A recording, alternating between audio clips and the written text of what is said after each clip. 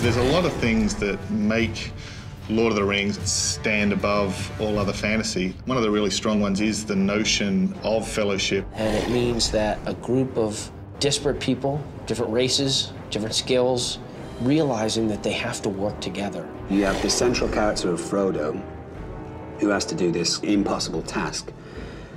And he surrounds himself with facets of his personality that he doesn't quite have that make him more of a accomplished kind of person. The Fellowship is sort of the central piece of the movie. And without that, there's nothing. There's no movie, there's no quest.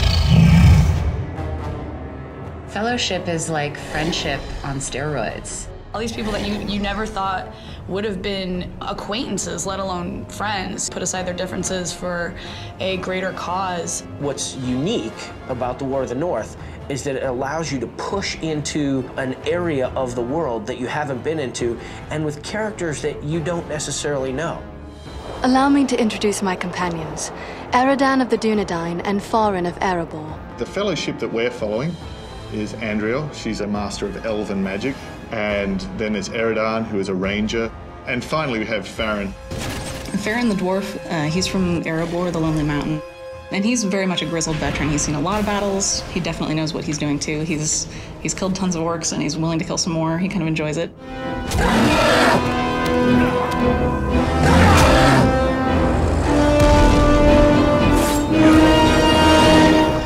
I'm like the guy that just wants to carry a big hammer and hit things with it, so of course I would play the dwarf. So you're telling me Brian Posehn, he picked the dwarf when he was in here? He looks like a giant dwarf. That makes sense to me.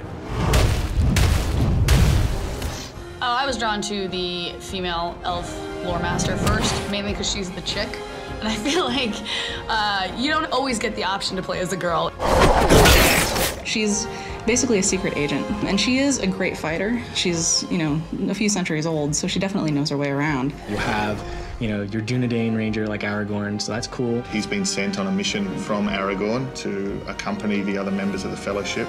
He's able to see footprints, because obviously he's a ranger, and if you follow those footprints, it will lead you to something, whether that be treasure or, a bad guy or a secret door. I feel like the Human Ranger has a really diverse set of skills and access to a diverse range of weapons. You can also play as different characters. You can go back in and I was an elf last time. I feel like being a human this time.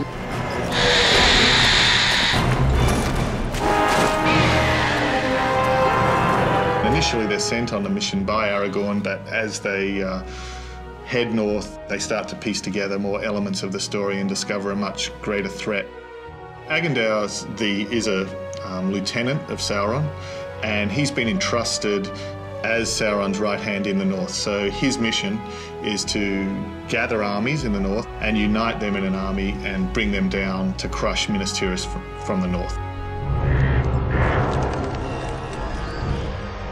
Agendaur, return at once and prepare your forces.